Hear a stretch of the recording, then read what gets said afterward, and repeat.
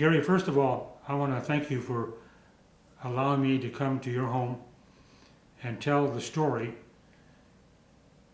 of your time in Vietnam. Where did you come from? Where were you born at? I was born in Cold Spring, Minnesota.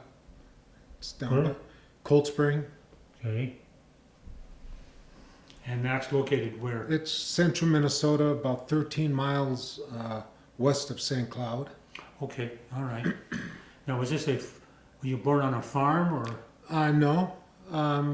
My dad worked at the Cold Spring Granite Company, and we lived in town. There was 5 of us in our family. And you were All boys or? No, there was 4 boys and 1 girl. Cold Spring was pretty much employed by the Cold Spring Granite Company and the Cold Spring Brewery. That was the industry there. Okay. And that pretty much all the small communities around there got their work.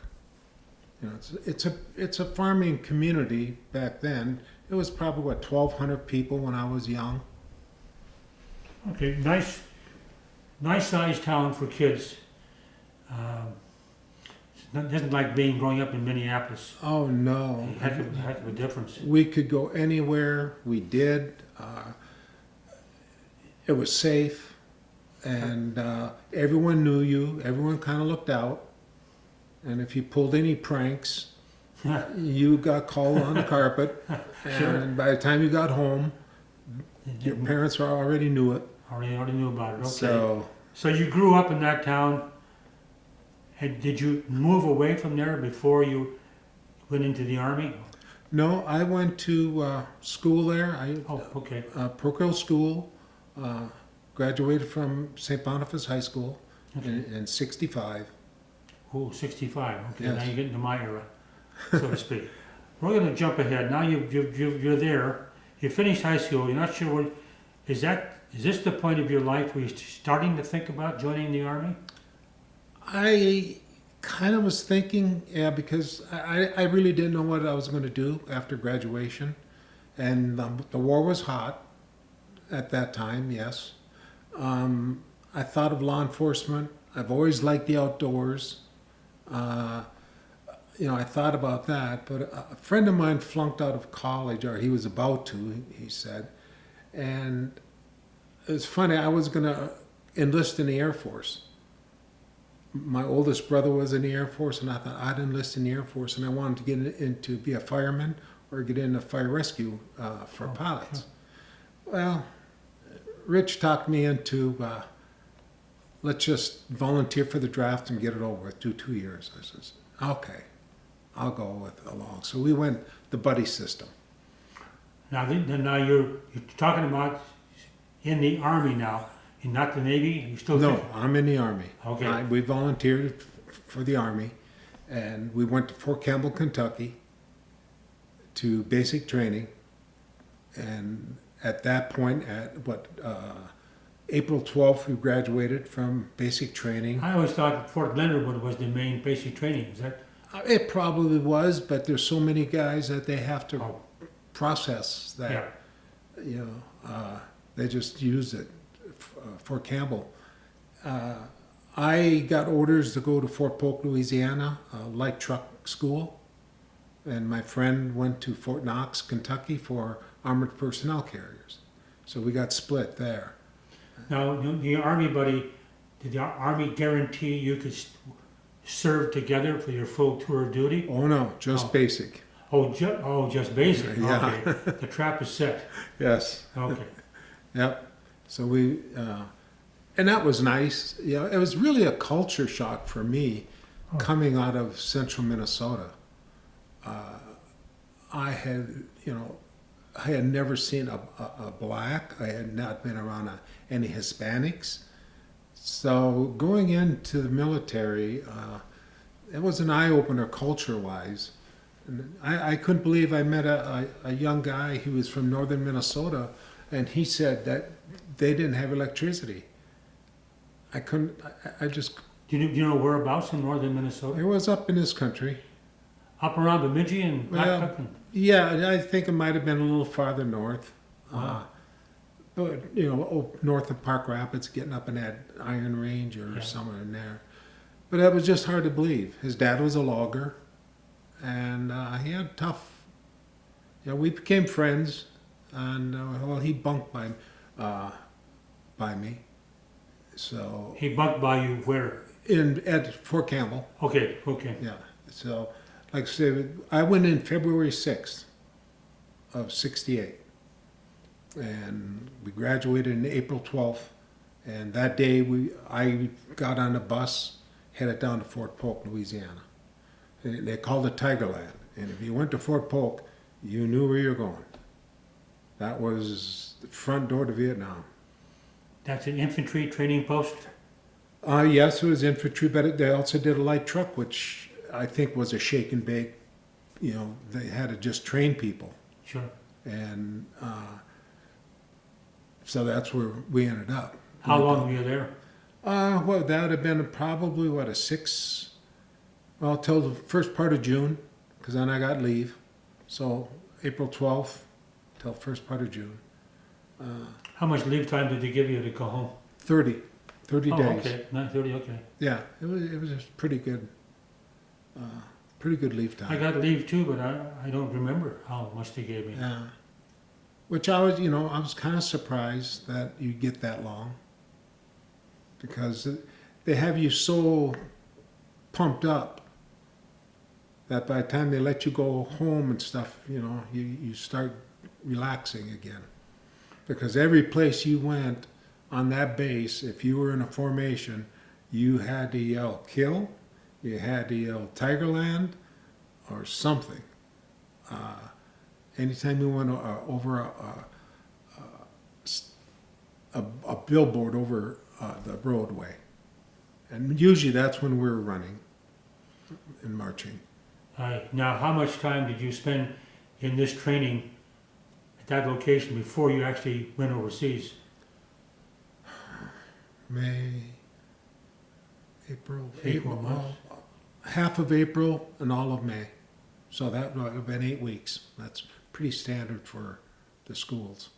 Now, your emphasis was on truck driving and so forth? Okay. Yes, it was light truck, and pretty much it was on recovering what happens if you get bogged in mud, get yourself out of situations, basic maintenance that you had to perform on. Now, it was after that training you went home, or before? Yes. Okay. It was after. Now, then you had, when you finished with your leave, where did you go back to?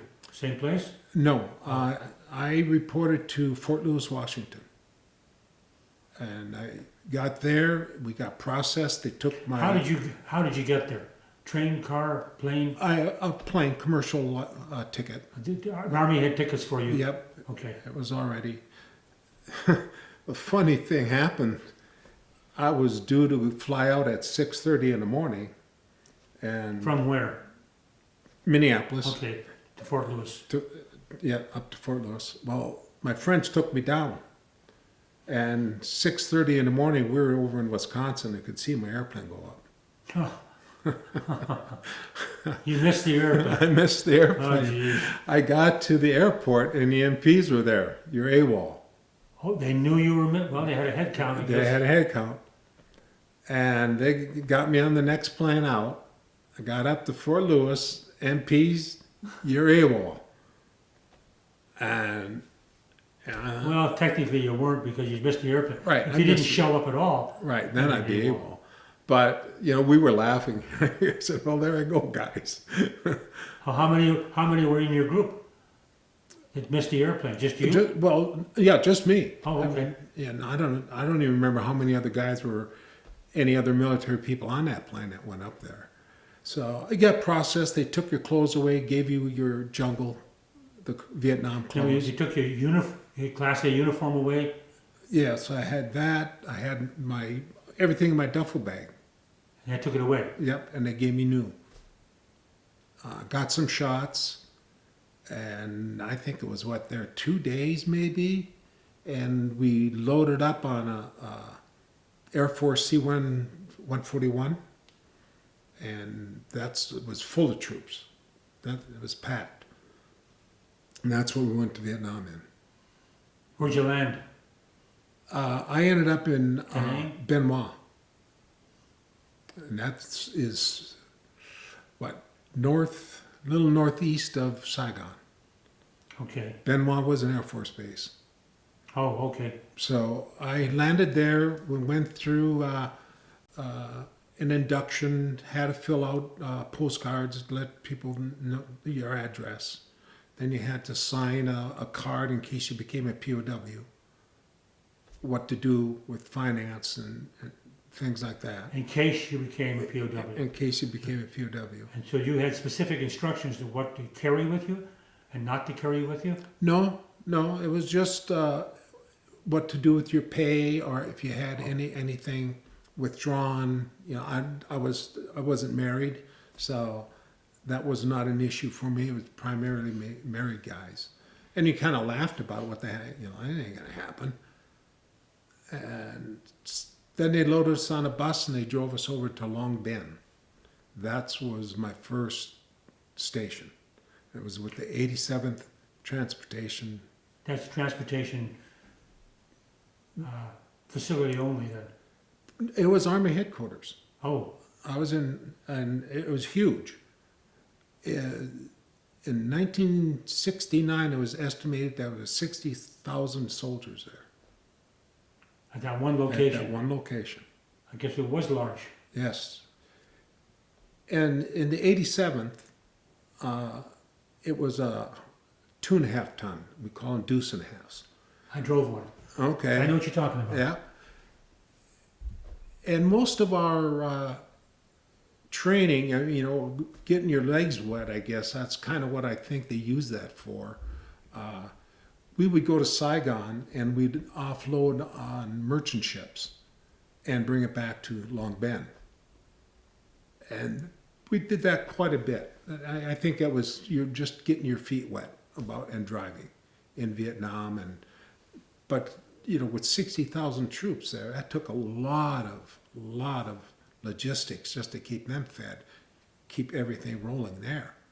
So, you know, there was a lot of things. Now, all these troops there were support for the Air Force, or were they also infantry? No, there was infantry there. Okay. There was a big MP there. The famous LBJ, Yeah. Long Binh Jail, that was there. Long Binh Jail. Yeah. Who would go to that jail? Insubordinates, deserters. Okay, our own guys. Our own guys, yes. And they got hauled in from pretty much all over. That was Was a big that a facility. big facility? It was, I think, there's almost, 10,000 or 10,000 guys there? In that jail? Yeah. Our guys, because they did something that, Drugs, whatever. whatever. Yeah. Fights, you know. Oh, that's huge. It was. I mean, that place was huge. And I just saw a little bit. I was just in one little corner of the 87th compared to where it was. Yeah, we'd haul up to the main headquarters, but mostly we'd take, if we had produce, we'd run it up to the coolers and up in the area where that stuff's kept. If it was soda, beer. You say run it up. How far are you going from your home base out to delivery? Oh, this is just coming off the ships, bringing it back. Okay, getting it on shore. Yeah, the merchant ships would come in, they'd unload on our trucks. We'd go back to Long Binh, unload it, and some days you'd come back for another load. Did you have to unload it yourself, or No. you just did the driving part? We just did the driving, yes. Okay. Yes. So now you're carrying supplies, whatever they are, ammunition, rice, or something. Yes, whatever it Yeah. was. I wasn't there a long time. I forget how long it was, and they moved me to the 352nd Transportation, 6th Battalion yet, and 1st Logistics Command, which was a 5-ton. And that was stuck way out in the boon. We were out there all by ourselves. And I mean, to get to the main base, it took, I forget how long. We couldn't even get there. We had catch a jeep someone that was going in. We were so isolated. They put supplies there? We just had our trucks there. We were close to the ammo facility, and then we did haul a lot of ammo out in the 352nd. But we would still, if we were convoying, well, you might go and pick up produce. You might go pick up rockets, 105s, 155s, C4. You never knew. You get up in the morning, you go to the motor pool, you get your logbook, they tell you where you're going, and you go and get loaded. So, like I said, we carried a lot of ammo. We'd go down to Vung Tau, down south of Saigon, and that was a lot of Australians. They would pick the convoy up down there, the Aussies, and we'd go down there and drop most of the times. I think when I went down there, I had 105s ammo that we hauled. What was the furthest distance you had to go from that? Furthest distance, Vung Tau was long. T Ninh, Loc Ninh, that was about our range, and that was how much driving time to get there? Oh, a couple hours. Oh, okay. But our convoys, some convoys were 50 trucks, 100 trucks, massive convoys, and so it took time. Well, then how about the fuel to run these trucks? You have to. You're okay. Plenty? You got plenty. Okay. And if you needed it when you got to wherever you were, you could go. You could get some. Okay. But fuel wasn't a real issue.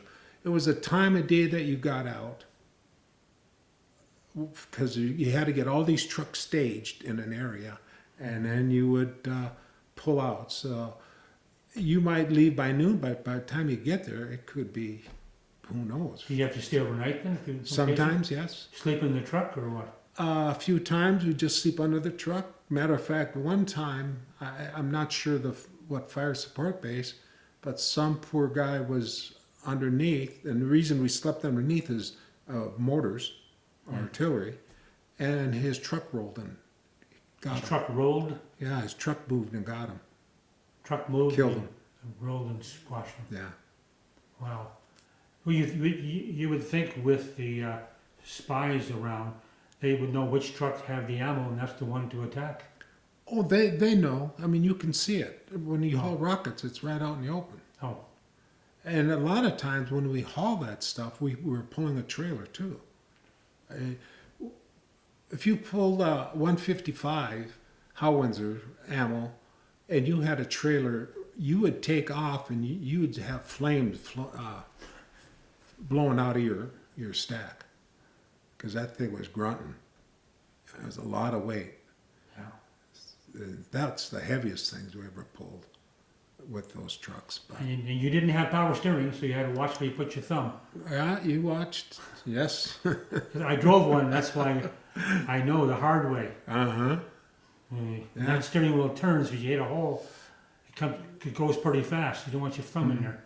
No, you don't. Did it ever happen to you? No. The one thing, it happened to a friend of mine. On those trucks, we had what they call a headache rack. It was like a roll bar. It was thick channel iron. You'd grab that, you'd step out of your truck, and you grab that and to get up into the bed of the truck. Well, Gene did that, and he slipped, and he fell down, and his ring got caught on the top and ripped his finger off. I did the same thing, and it went halfway through my finger, but I had tiptoes to stop me. I couldn't believe it, that same thing happened to him. I didn't learn my lesson from him. Take that damn ring off. So how much time did you spend at that location truck driving? Until January 14th, 1969. Okay. You're driving, and at some point here, the Viet Cong in South Vietnam decided they want to keep you. How that happened? Well, that day, On the way up, we were going to Tay Ninh. Going what? To Tay Ninh, Okay. that's the fire support base. And it was a pretty hot one. Usually it was getting hit, and we were only supposed to go once a month to it because it was more dangerous. This was my third trip in 3 weeks. There was a guy that was trying to get even with me. We had a little rub with each other, and he's in a motor pool, so he got me going. And I just told him I'm not afraid of this. And He got you going to the location nobody wants to go. right. Sounds like revenge then.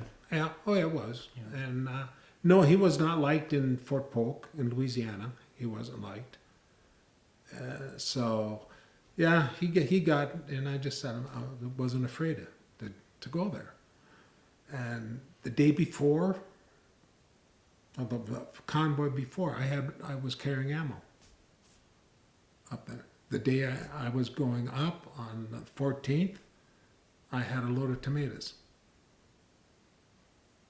On the way up, there was an ambush. A truck got hit. Right when I got there, a tank pulled up, and a guy stood up out, and they looked over into the door to see if someone was there. I don't know. Then they told me to get around them. They had to move their tank. They were blocking the road, so they got us around. But we got up to Tay Ninh. We dropped our loads, and they turned us around and right back out. We went Back to the base to get back- more. Well, just back to Long Binh, yes. Okay. And And how long a drive would that be then? that'd be 90 miles or so. Oh, that, okay. Yeah. And we got, we turned around, got going. And the one thing when you drive in these trucks, even the tanks, you have almost 6 inches of just powder, red powder on the roads. They're so dry. So you have a dust trail that's miles long. When's the rainy season? Oh, was that in August? I'm trying to think. That would be pretty muddy, I would think. Oh, yeah, then it's grease. But this was dust, and that's why they picked that time to hit you. You can't drive into dust because you can't see anything. So you drive with the dust trail right at the end of it, and you just keep going with it. Well, if you get a breeze, it cleared it up. So then you'd gun your truck and catch up again. You're miles apart from each other. So you could be out there all by yourself. You're by yourself. And when I was going down this road, I noticed in the mirror a guy came out of the weeds. I thought, what? And then I got farther up, and there was 2 trucks out in the grass. And I said, oh my God, an ambush. And I looked off to my right, and there was 3 guys with RPGs. Oh, now RPG is Rocket Propelled propelled grenade. grenade. There was 3 guys, they were leaning on a tree, a down tree. Viet Cong. Yes, the Vietnamese. I upshifted, and as soon as I shifted, I got hit in the leg. And the next thing I realized, I was on the floor of my truck. I didn't know what the hell happened. So the truck was just chugging to a standstill. I got out, and I loaded my M16.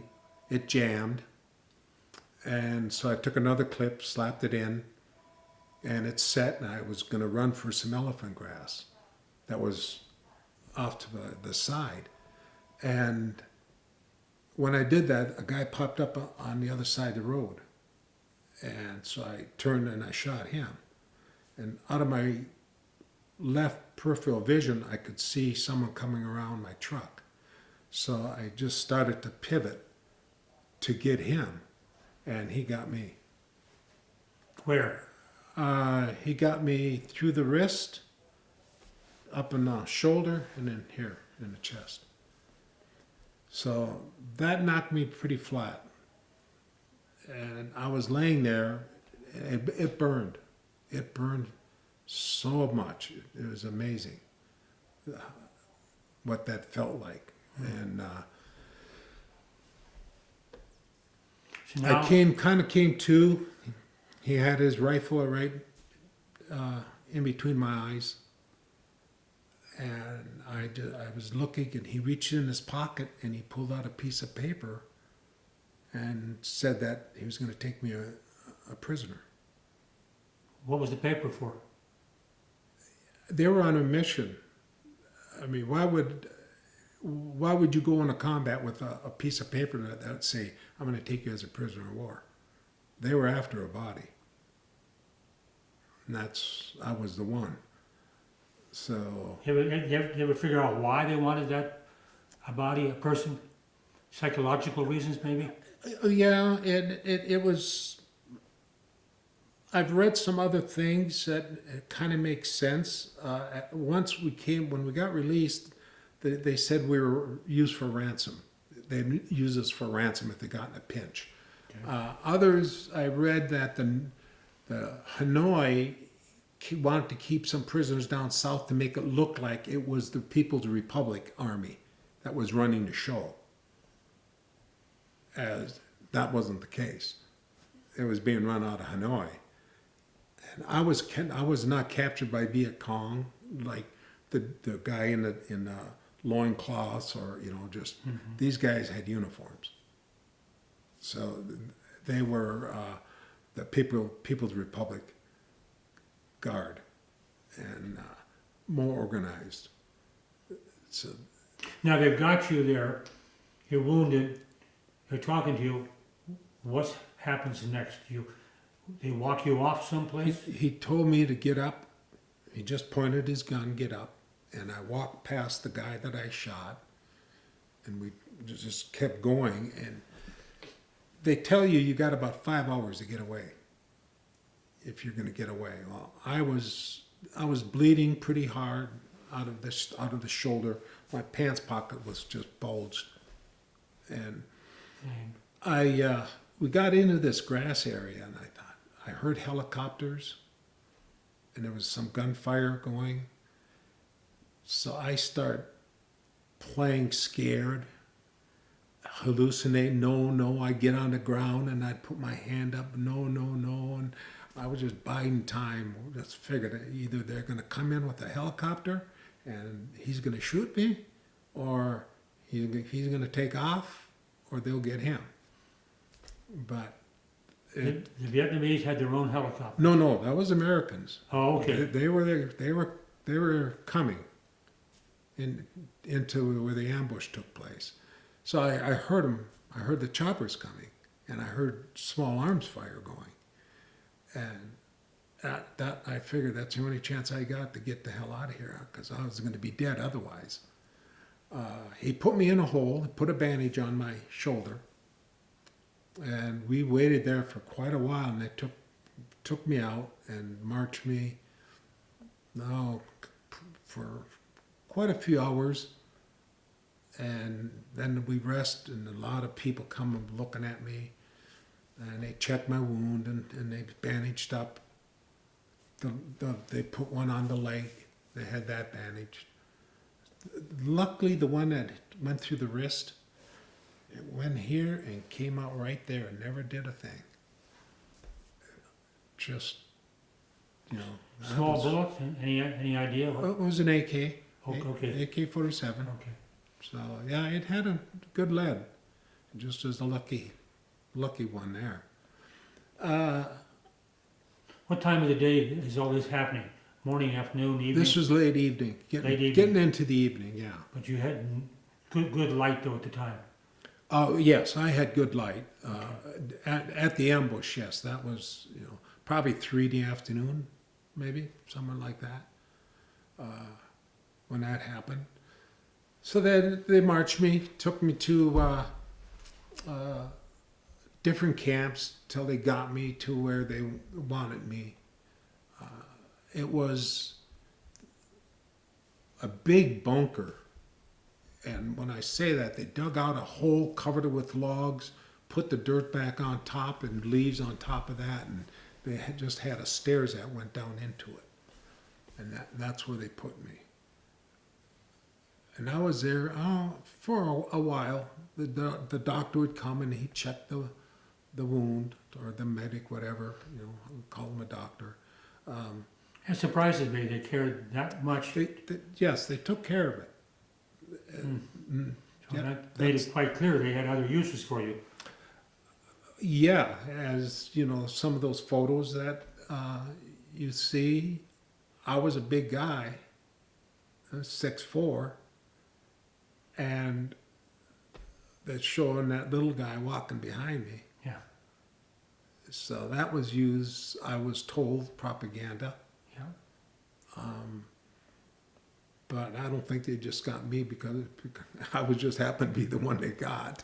Yeah, sounds like it. And,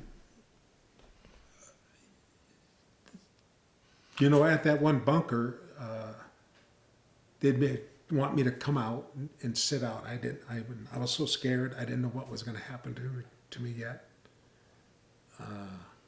It's only been a few days, but they'd come, sit outside, and let the sun on your wound, let the sun heal it. They'd take penicillin and scrape a penicillin pill on this wound, trimmed it up a little bit. I did lose my bicep from it. I'm surprised how well they took care of you, being you're the enemy. It's interesting. Yeah, yes, we had a purpose. Yeah, sure did. And at that bunker that I was in, we had a B-52 strike one night that came in there. Just for that bunker area? Right by me. I mean, I was so scared. I was flying on the ground. What do you mean flying on the ground? Your body, the concussion from the Picks you up. bombs. Yeah, you're just gravitating. You're level in the air. The pounding of that was Big bombs then in the B-52. Yeah, a lot of them. And they came in. You didn't hear the first ones, but once then you could start hearing this noise go past you. But that scared me. My wounds started bleeding. I was just a wreck. And the interpreter came and he said, "Keep your cool. Just keep your cool." And and they called me Ga. That was the name they gave me, Ga. And he said, "Ga, look at it like this. If you would have taken a direct hit, you would never known it. And now you live for another day." And I took a look at that. Well, him too. He'd be gone too. Right. And I think the doctor might have gotten taken out on that because I never saw him again. So, I mean, it was close. All right, you made it through that. Then you had to go where next? After that, they moved me to another bunker, and this one, it's underground. It had a leaf roof over it, and I was in that. And they let you out in the morning. You have a hammock. They gave me a mosquito net to put over my hammock, but they built that thing like 5 feet long, and I'd hang my hammock from one end to the other, or the guard did it. I didn't do it. They did it. They tied it up there.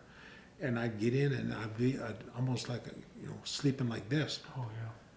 because of that. And my butt was almost on the ground. The stretching of the cord, stretching of the hammock. I was in that for quite a while. A month or so. At that bunker, they gave me a little chicken. A little chicken was running around by my bunker. And I asked the guard, and I threw some rice to it, and it came by me, and I was petting it, and I asked the guard if I could keep it. And the interpreter come, and I said, "I keep it, and then I'll feed it." And so they let me have it. I'd take it down in the bunker. That was that was good. For one thing, I knew if snakes were coming. I knew if any bugs were coming, because that little guy would be chirping. Start to chirp, the little bugs would come out? If there was a snake coming in or anything, it was afraid of. So he alert me. That was your guard. Yeah, it was a guard. I talked to it. There was one time we took some artillery was coming in, and they noticed it came over, and when you can hear it, you're fine.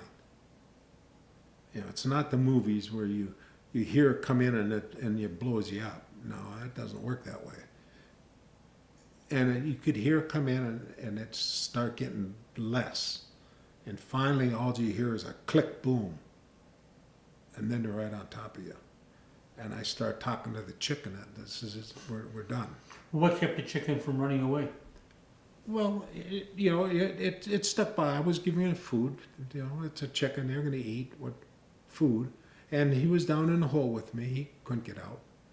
But he didn't leave for some reason. What kept the chicken with you?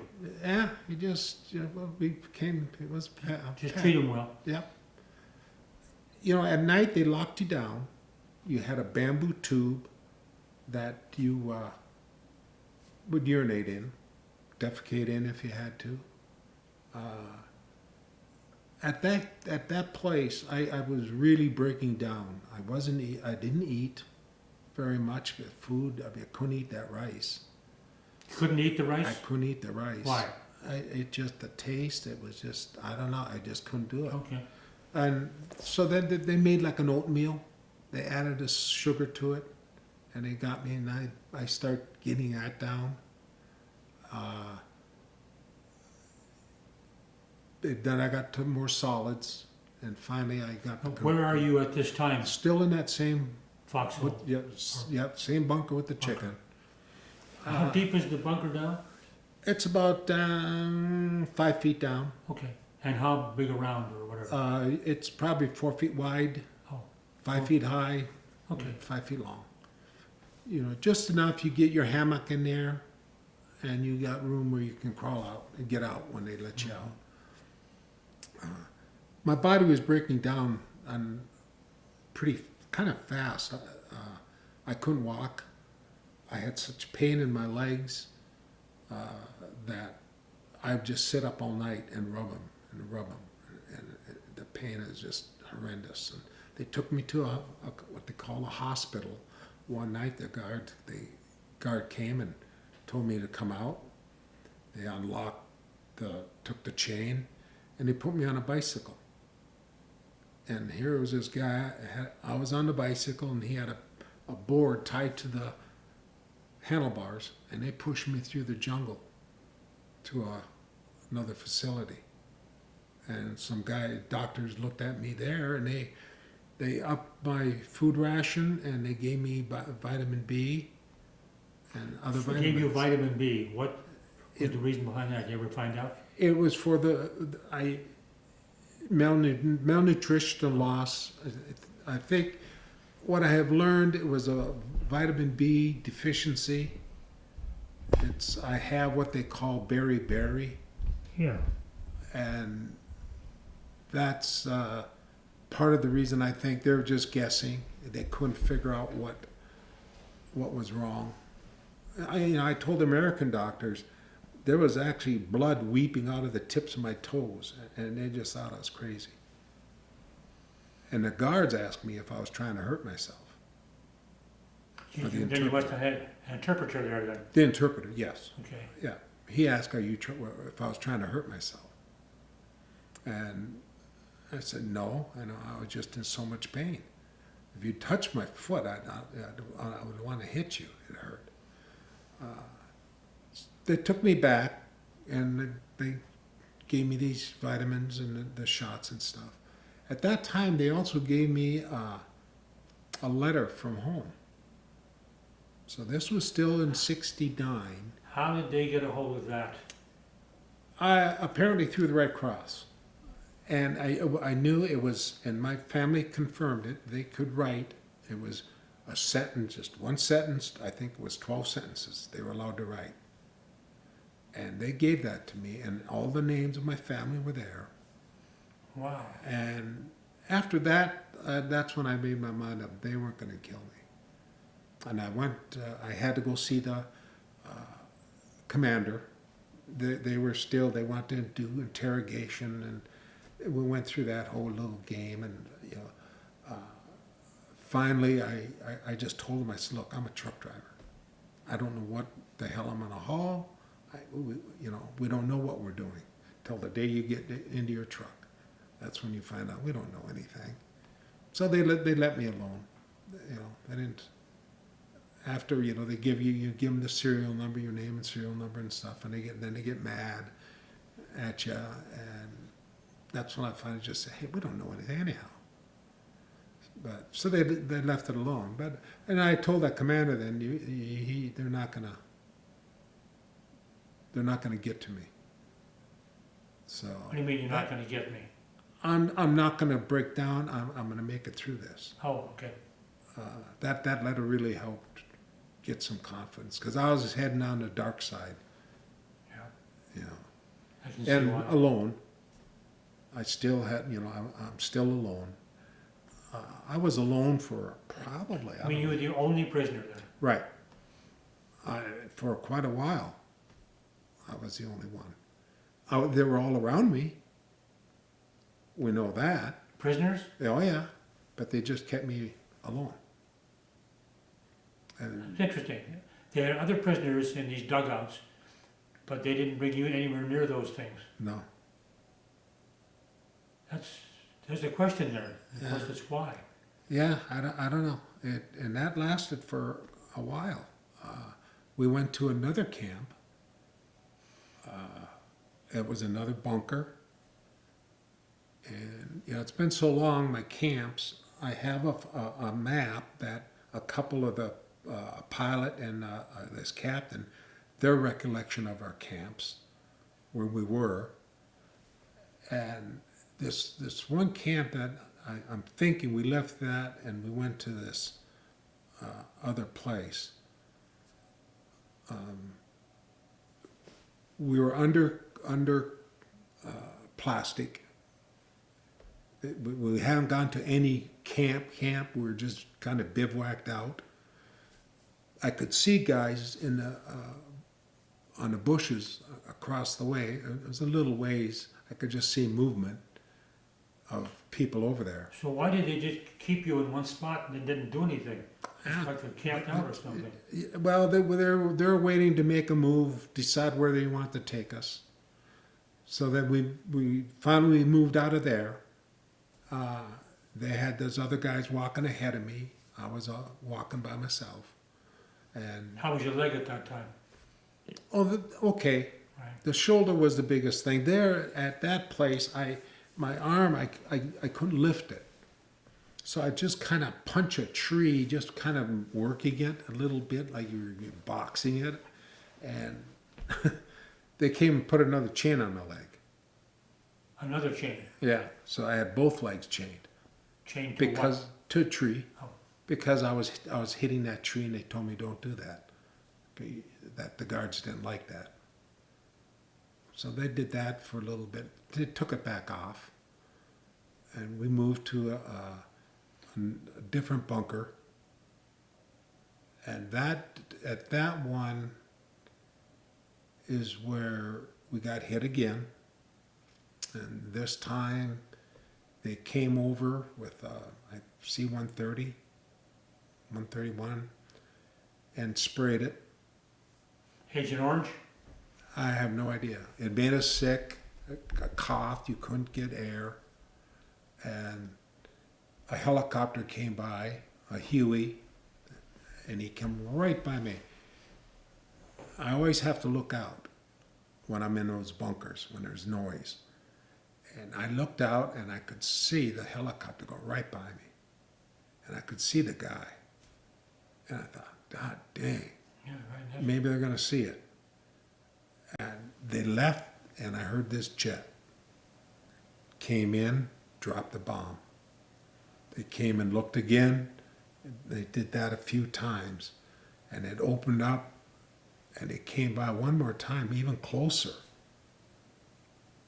And they left, and that jet turned and got quiet, and I heard this roar coming down, and I heard that click, and they dropped one right between me and another guy. And the guards come, and they left. They just took off then. Guards came, yelling, asking, Gaga, and he got there, and I was okay. What's Gaga mean? It was just me, Oh, your name. that was my name. And he opened the door. The place was a mess. Trees laying everywhere. Wait a minute, back up. What door? Is there a building there? No, the trap door on our bunker. Trap door, okay. What they would do, they dig a hole, and around the edge you'd make like a shelf. Well, they'd stack a 4-inch or 6-inch log, a couple on each other. They chain you to that, and then they cover 2/3 of that with logs and dirt, leaves, put a bunch of leaves on. Then Why? dirt. To keep the bomb fragments from... No, just to keep moist, wet, rain out, camouflage, and then sometimes they put the roof over you. Now, when they had the chains on you, how did they hook one chain to the next? They just changed it around. Chain went around the log Yeah. and clicked it, and then you had Snap. Why couldn't a you lock. take the snap off then? No, a lock. Oh, they had a lock. No okay. padlocks. Yeah, okay. And I think my chain was maybe 6-7 feet long after it went around the log. So that was the world. Yeah. That's as far as you could move. So the guy took us out of that mess, put us in a bunker, and I got to be with some guys. We, introduced, talked to each other. American, Aussie? Yeah, Americans. Okay. And they moved us. Took those guys, moved them, kept me back. And I was separated again. So they just didn't want me around them. Now, when you were in these foxholes, I call them, is this one general area, or did you actually change whole areas? Did you stay in one spot like this? Oh gosh, no. Okay. Oh no, kept moving. we kept moving. We'd move around different camps.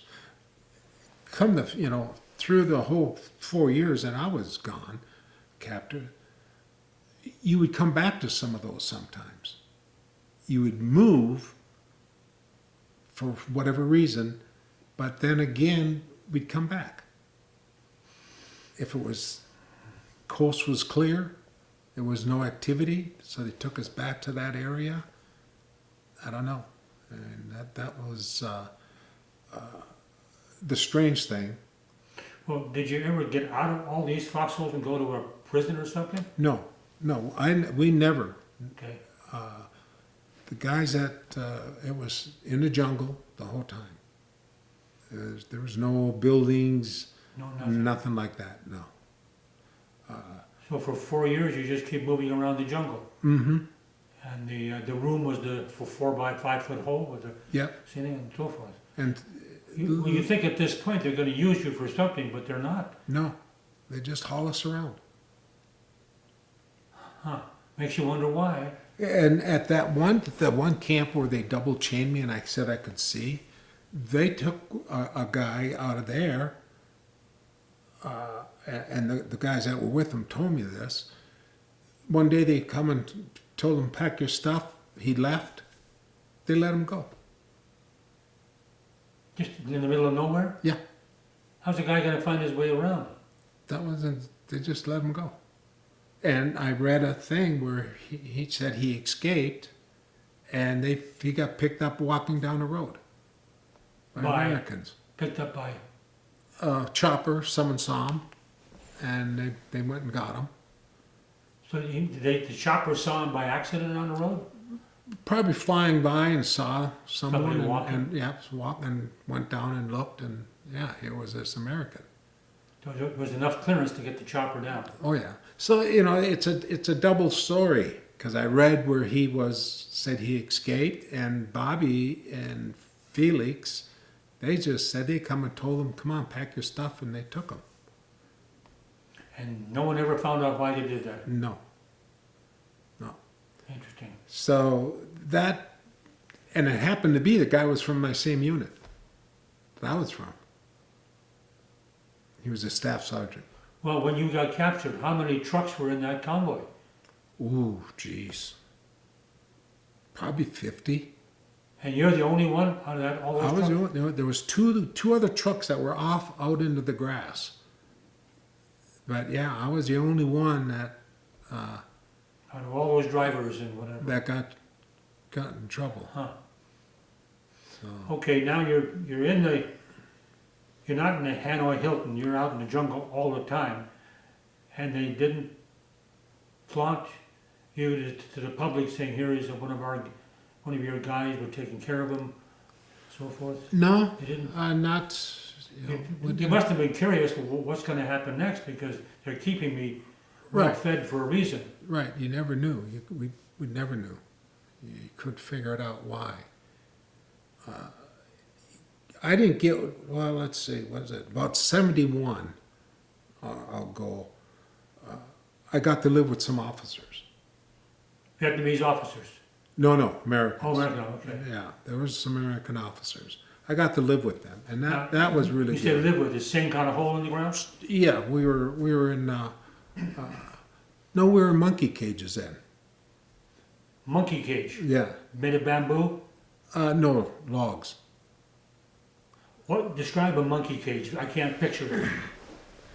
Okay, again, they'd build a hole in the ground, a bunker for you, and then the top row would be like building a log house.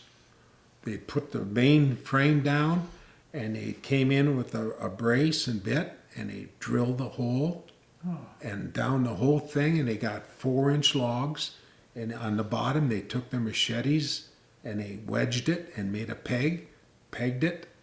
That's a lot of work, and they're doing that just for you or anybody else that comes along? Oh, all of us. All the prisoners that they had scattered around there. So each prisoner had its own home? Not always. Oh, No, okay. not always. Sometimes there was 2 to a cage. Sometimes there was 4 to a cage. Now the cage, is it made of bamboo or something? No, it's just no. Okay. It's logs. You see in the movies where the guys are in a cage lowered into the Right. pit of water. And there's a photo that we'll see. It shows these guys in a bamboo one. Ours were never. Ours were logs. For whatever reason, we come to find out after the war, other POW camps in the South, some of those guys, they had to cook their food. Some had to walk and go and get their food with the guard. We never got off our chains. You never got what? Off our chain. Okay. The only time you got off your chain, you went to see the commander. You had to go and wash, take a bath, shower, or defecate. And in the morning, you come out and you dump your bamboo pot. So But the other guys could go hunting or something? other camps, yeah, we found that out. That's what Did they have weapons to go hunting with then? No. They had to go pick what is it? It's a root. Oh, okay. Manic or something like that. They'd have to go get that and bring it back, and that's what they're eating. And they couldn't take off and run because there's no place to go. Well, I think I heard that one of the guys did. They jumped him, and one got away, and they killed the other one. So, yeah, it would be an opportunity, depending on your health. Yeah. And where you are, Yeah. how far. We had a young man, let's see, was it 70, 71, 70? When I got to live with other enlisted guys, Walter was, Now, wait a minute, you got a list of names? I've got who I lived with. Oh, you made the list. No, I mean, I knew him. Oh, you know. I lived with them. Okay. Like Walter, I lived with Walter. very strange. He's a young black guy. He was losing it. Mm-hmm. He was just losing it. He looked, his eyes got deep, and one day he told the guard he had to go to the train, and he went, and all of a sudden we heard his name was Wah, and we heard Wah no, Wah no, Wah no, and we heard him shoot. And what? We heard him shoot. They shot him. They shot one. What was he doing? He's walking away. Oh. He was gone. And they're yelling at him to stop. Yeah, they were going to give him a chance. Yeah. And he was gone. I mean, he was mentally, psychologically, he was broke. So the guard shot him. Yeah. I mean, they could have gotten him, run him down. I mean, he was so weak. But they did do that. They did. They So what did they do with the body? Anything? Just Just nothing. probably wrapped him in plastic and buried him. Why plastics? The animal won't dig it up? No, I don't know. Okay. There's another, when we get to another camp that I was in, I still was alone. This one, Walter one, is, I jumped ahead a little. We had to move out again, and I was alone, but there was another guy behind me.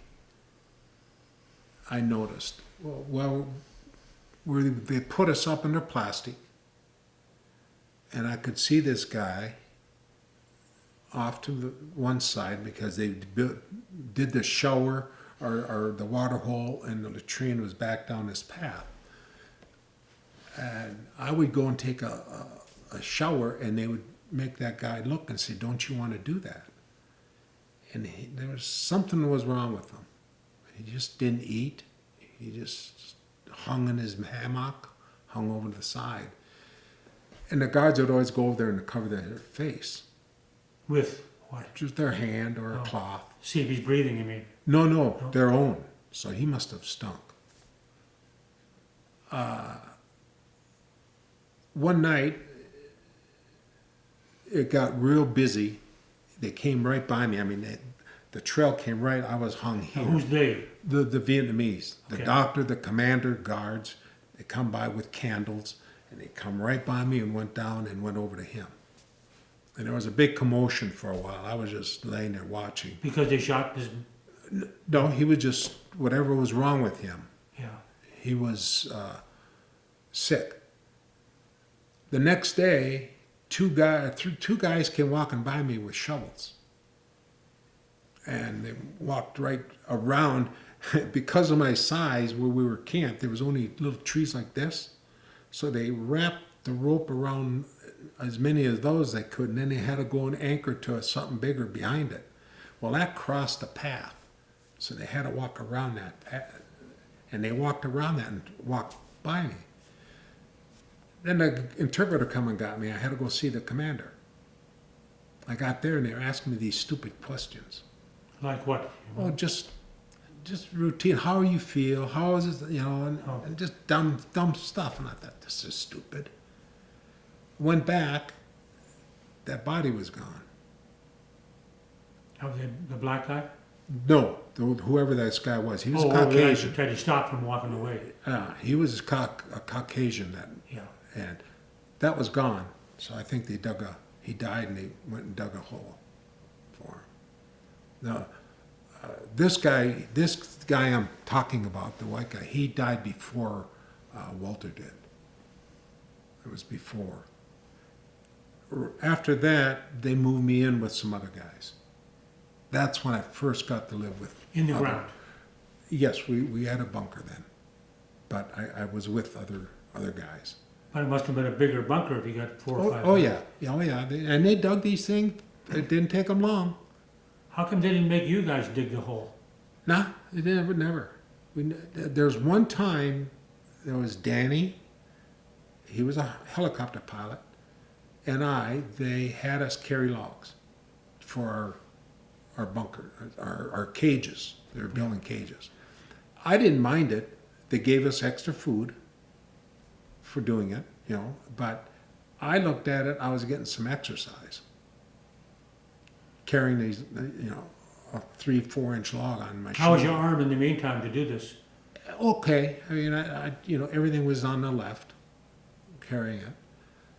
We did that a few days, and that was all we had to do it. I think those is that when we moved into that area? But it was all underground bunkers yet. After the guy was killed. Stayed there a while, again we moved.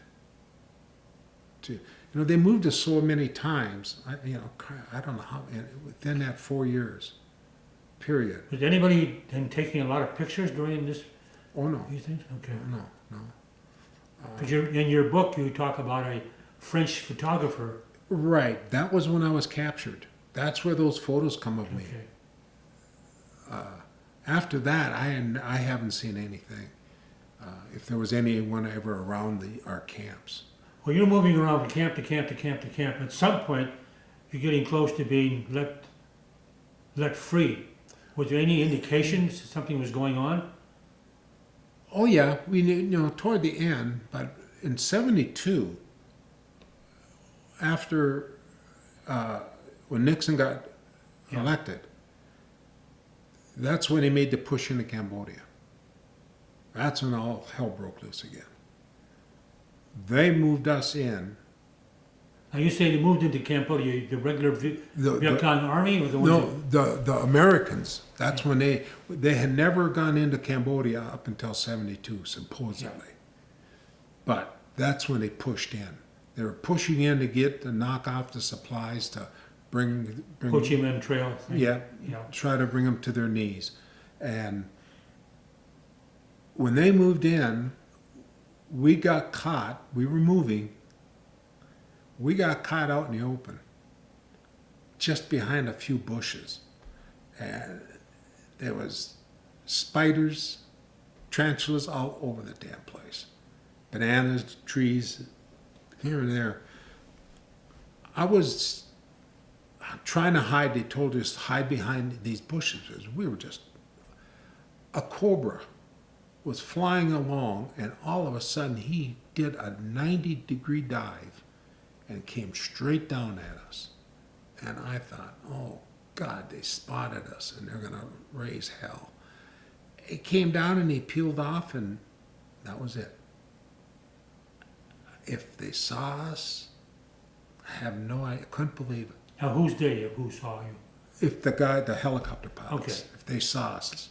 And They did? I don't know. Oh. Why? I mean, Did you wave at them, or they wouldn't let you? Oh God, no! Oh no! No, then you would have got shot. Yeah. They were locked and loaded then. A lot of times they weren't locked and loaded, but they were locked and loaded then. But why he came and took a dive like that? There was activity going on all around us. Like what activity? Artillery, Oh, okay. helicopter, gunships, flying rockets all over the place. Then we spent the night, and I brought in '72 in this push. We were so close to the Americans, we could hear them talk. But you couldn't yell out. We could hear them jack their .50 calibers on their tanks. There was a tank outfit. I think they were just bivouacked out in the bushes. Sometimes they would have to do that, apparently. They Do what again? They bivouac out. They take their tanks, Yeah. kind of get them in a cluster, Like wagons. and but we could hear them. That's how close we were following. As the Americans were pushing in, we were right behind them. That was the safest place to be. Yeah, I can see why. Yeah. That on that push, it was getting darker. Yeah, it was getting dark because I saw three white guys with guns. They were carrying AKs. And you were in your hut in the meantime? No, we were on the move yet. Okay. And they just looked at me and I just looked at them. They were big guys. They saw you standing in the jungle? And they saw me. We were moving, and Did they see your captors forcing? oh yeah, they were with them. Either they were Russians Oh, okay. or they were crossovers, deserters. Okay. But they had weapons. They were fighting, and the guard told them to move, to go, and then he pushed me. They didn't want those Okay, guys. so these white guys that spotted you were those supporting the Viet Cong. Yes, yeah. You know, they very well could have been Russian. Yeah. You know, who knows? Yeah. But that was very interesting that we came across that. But in that whole move, being underground, they put us under a big hole, put a gate in front where we couldn't get out, and then they had another gate. I don't know what that was about, why they ever used it.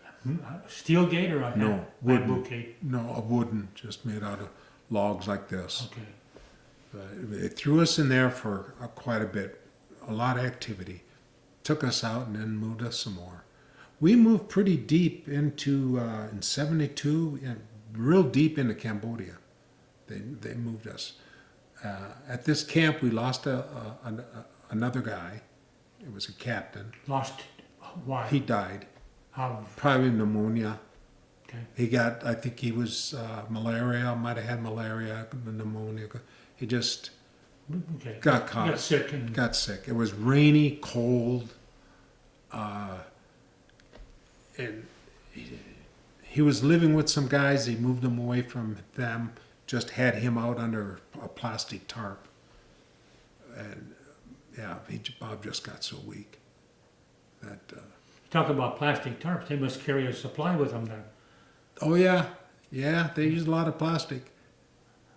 Yeah, it's Themselves to amazing. keep dry, maybe. Mm-hmm. Yes. Now, in the meantime, when they got you into the hole in the ground, where are these Vietnamese people staying? Or your guards? Where are they staying? Oh, they have their quarters. They all build. They have their kitchen area Oh, where they have their kitchens and where they sleep. They'll put up big shelters. They got their holes to crawl into if they have to. now you say a hole to crawl into? Is this like these tunnels that? No, this is just a bunker. So Okay. if bombs are coming or you're getting shelled, they can get underneath. So you never saw any of these The tunnels, no. Okay, that's up north. They could have been out down south, up north. I don't know. I mean, we just never saw anything like Okay. that. But as they said, if you're underground, you can throw all kinds of lead at them. Unless you take a direct hit, you live for another day. So that's one thing I learned when. Well, the shrapnel coming from these bombs must be flying all over the place. Oh, sure. That's why if you're underground, Yeah. you're okay. That's why, like that camp that we got sprayed, that was to get them. I'll get you out, get you in the open to breathe. So then they'd get you. You know, one time they came over and sprayed, and the guard said, not in English, in his way, soon we're going to get bombed. And sure as heck, it wasn't too long after that, B-52 had come through. It was a ways from us, but... Now, let me back up. What was the spraying for? Spraying individuals? No, they'd spray the whole Area. jungle. They'd spray the whole area trying to, like the one that they sprayed us. We couldn't breathe. We were coughing. We were Oh, this choking. is a chemical. Some chemical. Okay. This is, Agent Orange, I don't know Yeah. what it was. I have no idea. But it just made you that uncomfortable that you were gasping for air and vomiting. And a guard said, cover your face, eyes burnt. So that's what they would use to get you the people out and have the bombs come through. now, with all this moving around, what's the clue, if any, that things are going to go your way and you may get out of this?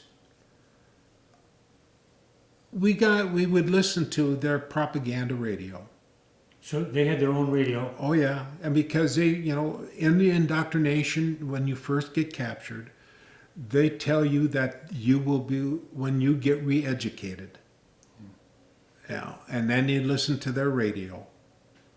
And they gave me a book once to read. It was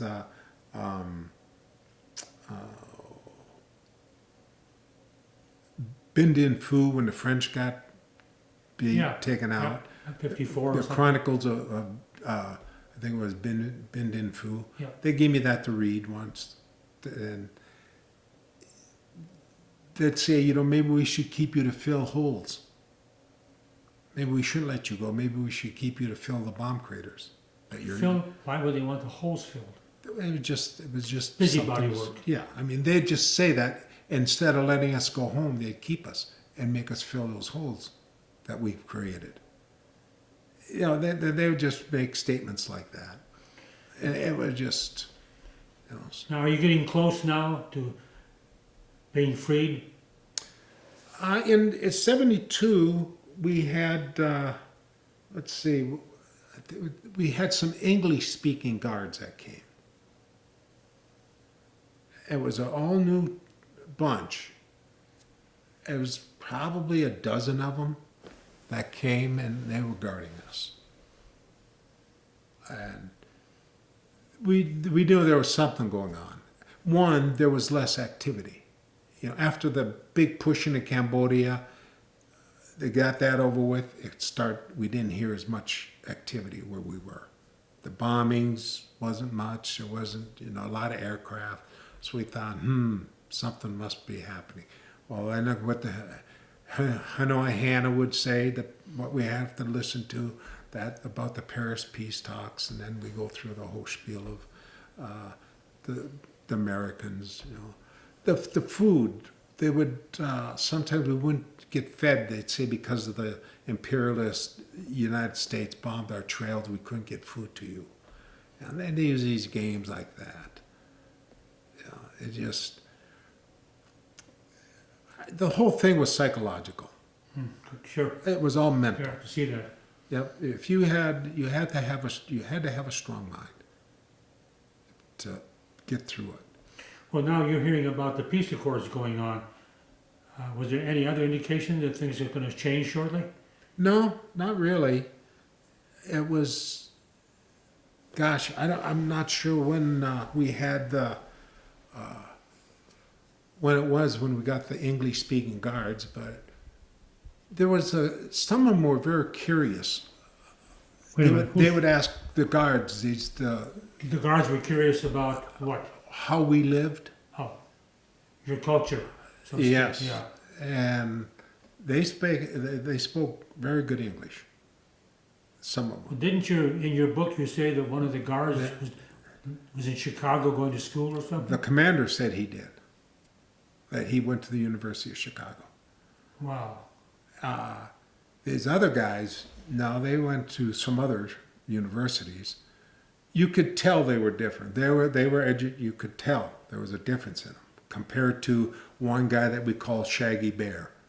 Yeah. Shaggy was a soldier, but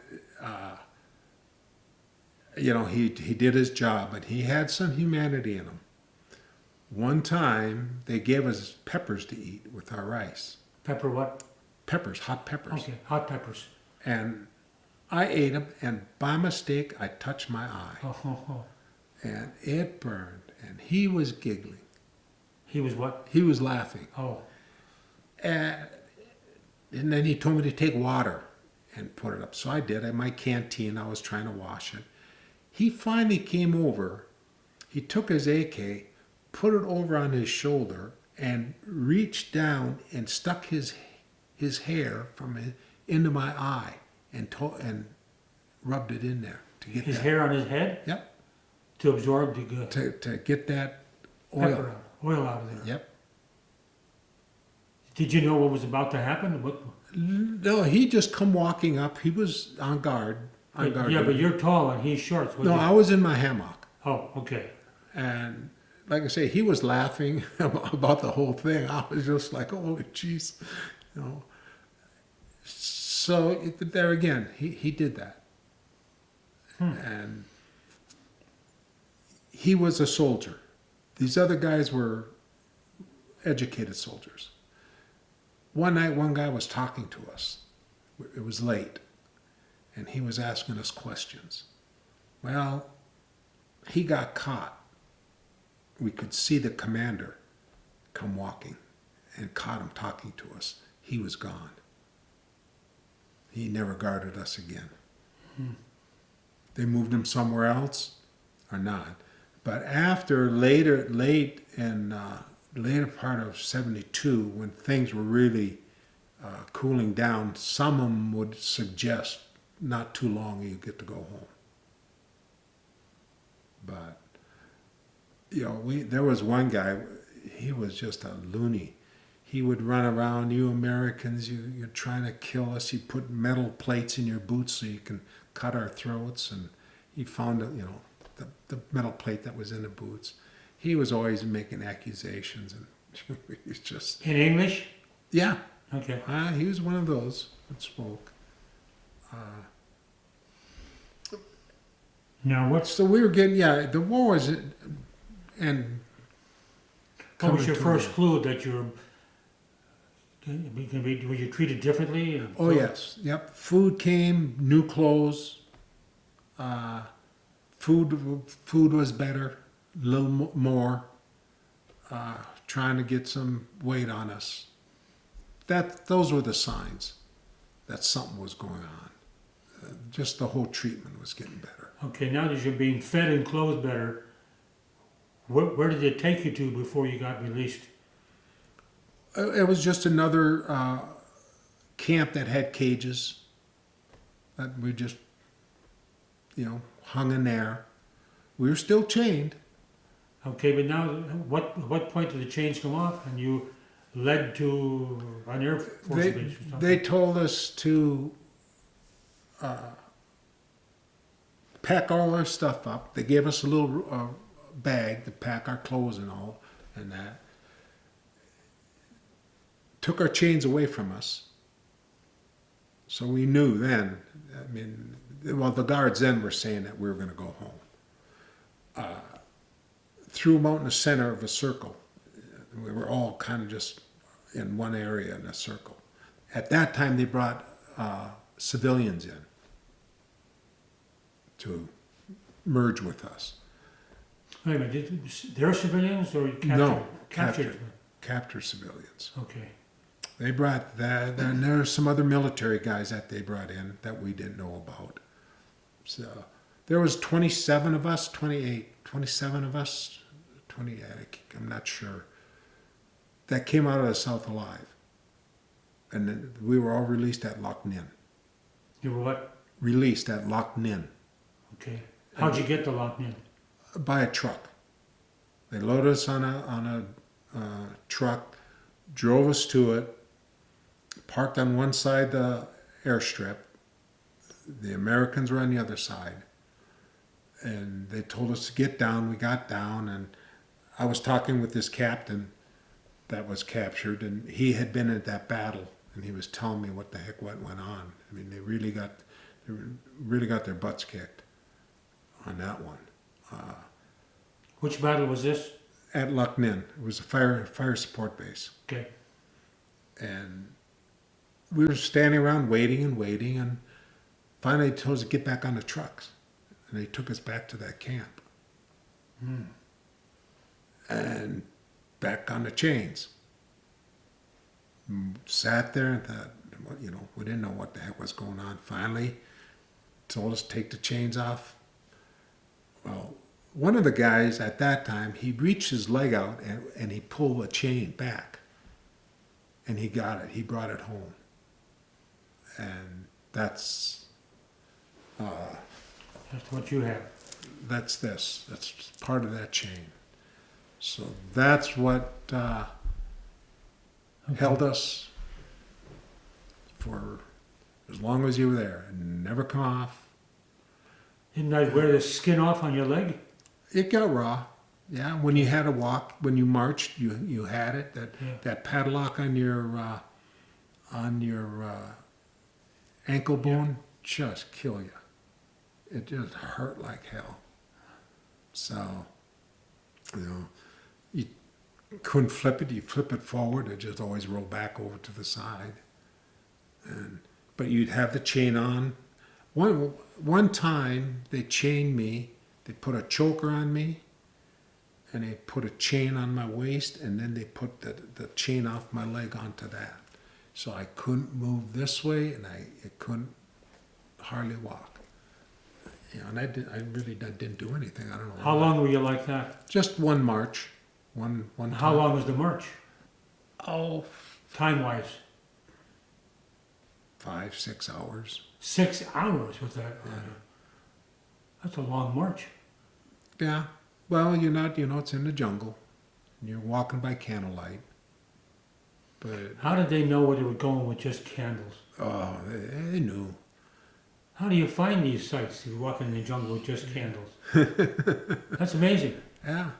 You didn't, it was always a candle, and they have a leaf, and they bend over it to shadow it from up above. Oh, So, well, after we loaded and we went back to the fire support base, they drove us over to the Americans. And we jumped off, and we all, so we all got jumped off. The Americans were coming, grabbing you, putting an ID card around you, who you were. But at that time, I felt a tap on my shoulder, and I turned around, and it was a Vietnamese soldier. He said, "You remember me?" And I said, "No." And he said, "I'm the one that took you off the battlefield." took you what? Off the battlefield. Oh, And he asked how my wound was. And he put his hand out and said, "Now go home and be a better man." And we shook go hands. home and be a better man. Yeah. Change your ways. Interesting. There's the compassion there that doesn't stand out. Yeah. And I shook his hand, and then I walked over to the Americans. Did you get any noise by shaking his hand? No. No one. I think some of the other But they had you all this time and they didn't use you for nothing. nothing. It's just like, What a burden. yeah, for them too, they have to take care That's of what I these mean. people. What a Yeah. burden to drag you for that many years. And there was, John and Ray, and they were there 5 some years. We had one guy that was 9 years. He was a civilian. They kept him For 9 years. 9 years. The same way they kept you guys? Yeah. Well, I think so. I don't know. I never got to really talk to him. I don't know what his early captivity was like, but Well, in the media, all you hear is about Hanoi Hilton, so you don't know about the other places. no. We refer to ourselves as the forgotten 27 because no one. Well, they had everybody's name, but they had name tags to hang on you, Oh yeah, they knew because the Vietnamese released the information. the information who was going to be coming out. Okay. But an interesting thing too, when I was leaving, you went to see the commander, and they gave me my Social Security card, my wallet, everything that was in the wallet, except they didn't give me my driver's license, and I asked him if I could have it. He had it. And he said, "Why do you want it?" I said, "It'd just be a heck of a lot easier getting a new one, having that one." And they gave it to me. Huh. And they drug all that around. They did what? For 4 years, they drug Not with you. that wallet. They had it. Had it in a bag or something. Yeah. Everybody's wallet probably was in there. Yeah, the belongings of. To keep track of that. Mhm. Still, It's crazy. it's stunning that they didn't use, when they went through all this work and nothing was done to use you as a propaganda or anything. No. So when we left, Loch Ninh, the Americans, there was 5 helicopters there. We got on them, and they got them fired up, start lifting off, and that's the first time I saw, second time, but I saw a village lit up with lights. I couldn't believe a light bulb. What village? A Vietnamese, as we were leaving. Oh, it was that close to the airfield? Well, yeah, there was some. I mean, we were weren't very high altitude, and we went over these villages, and they had electric lights, and it was the old filaments that you would see, and I just couldn't believe it. A light. It's been so long, and kind of teared up. And then the crew chief, he said, "Sir, would you like something to drink?" And I said, "Yeah, it'd be nice." And he said, "I have iced tea and I have water." And I said, "I'll have an iced tea." And he had a big glass and he filled it up with ice and he gave it to me, and I got that ice. I cried. Because of the ice. You haven't seen ice for so long. Now, where did you go then when the choppers were flying? Where did they take you to? Well, when I got that, I thought to myself, what kind of animal have I become? You don't know. No person really knows what they're mentally going to do under duress. Yeah, so that was a shock. Now you're flying. Where are you going? We went to Saigon. Oh, right to Saigon itself. Yeah, we flew into Saigon. There was Air Force was there with a hospital ship. A hospital plane was there? Yeah, where they landed the helicopters. We walked off. The place was just all lights. The media, the people, the soldiers, everyone. Because of you guys. Yeah, it was insane. Now this is happening at the airport? Yes, at Tan Son Nhut. Talk where? Tan Son Nhut. That's Tan Son Nhut, that's okay, the airbase, right okay, in Saigon. We got off the choppers. We walked right over to the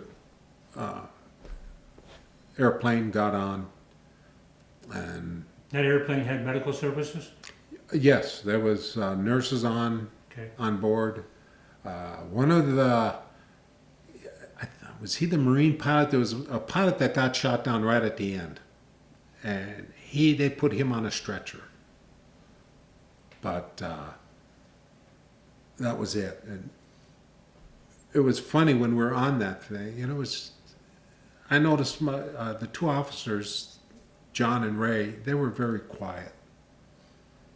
You're flying at the time or sitting No, there? we were on the ground. We hadn't left yet. Do your medical thing? No, they really didn't know what to do with us, except they keep walking up and down the aisle spraying deodorant.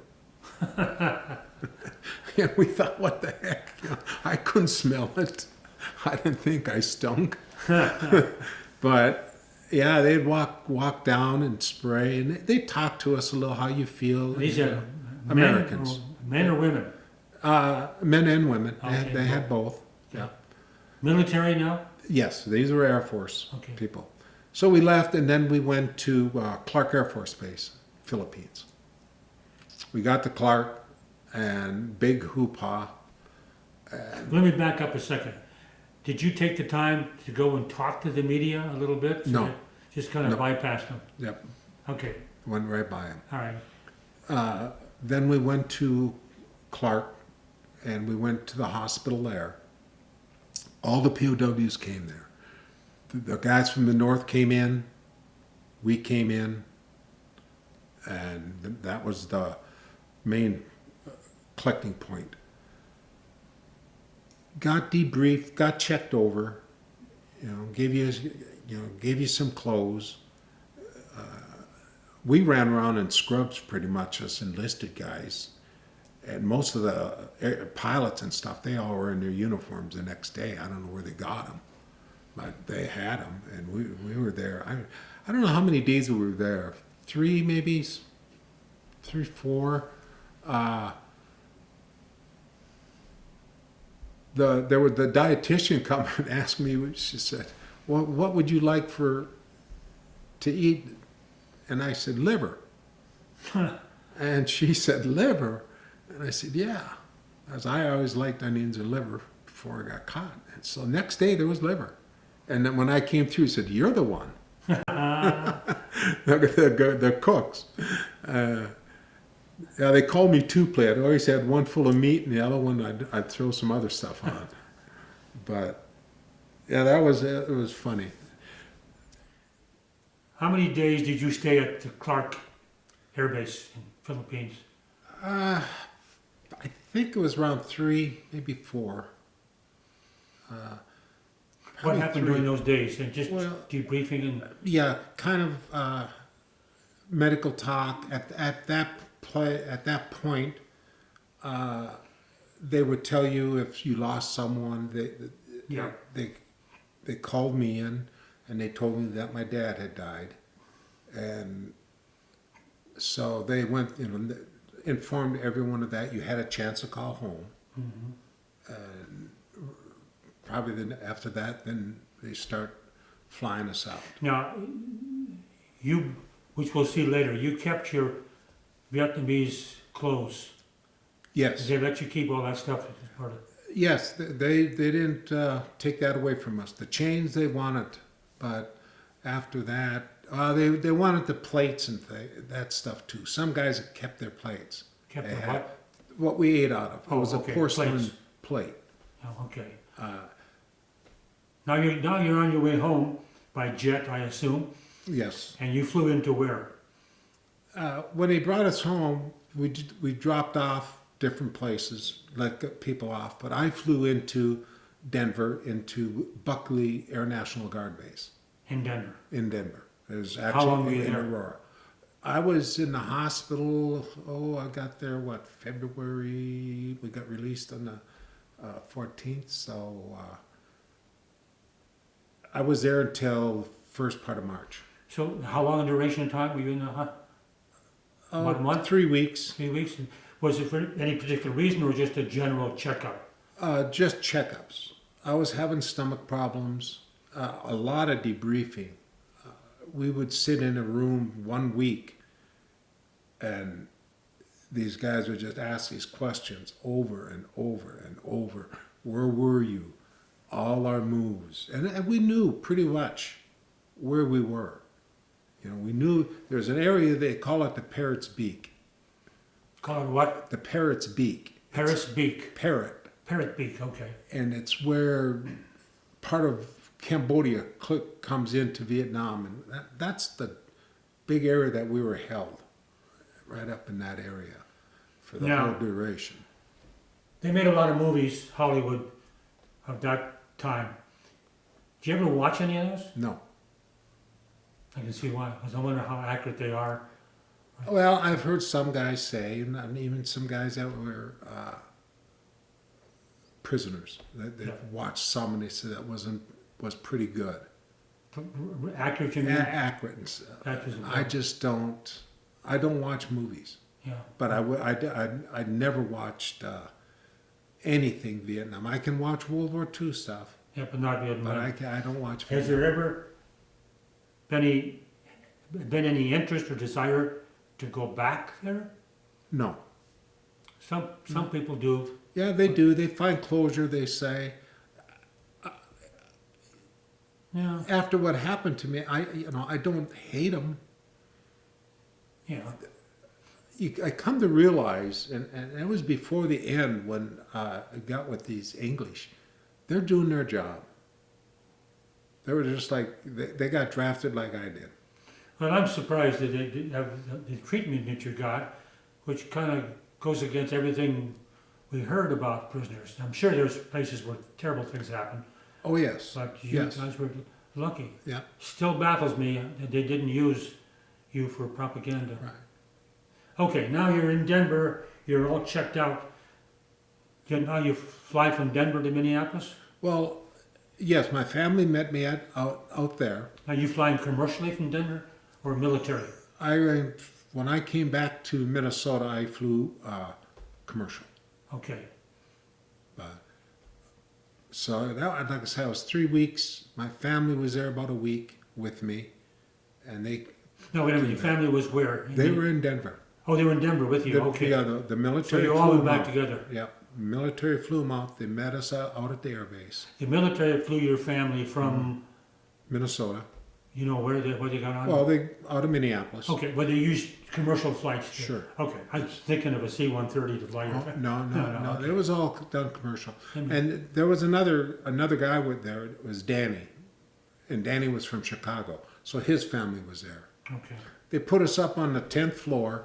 There was a 10th floor at Fitzsimmons Army Medical Center, and they put us up in the Eisenhower wing. When Eisenhower had his physicals, that was his area. Well, they put us up there. Guards at the elevators. There's Cars at the elevator? yep. For Eisenhower or you guys? No, for us. No one can get up there.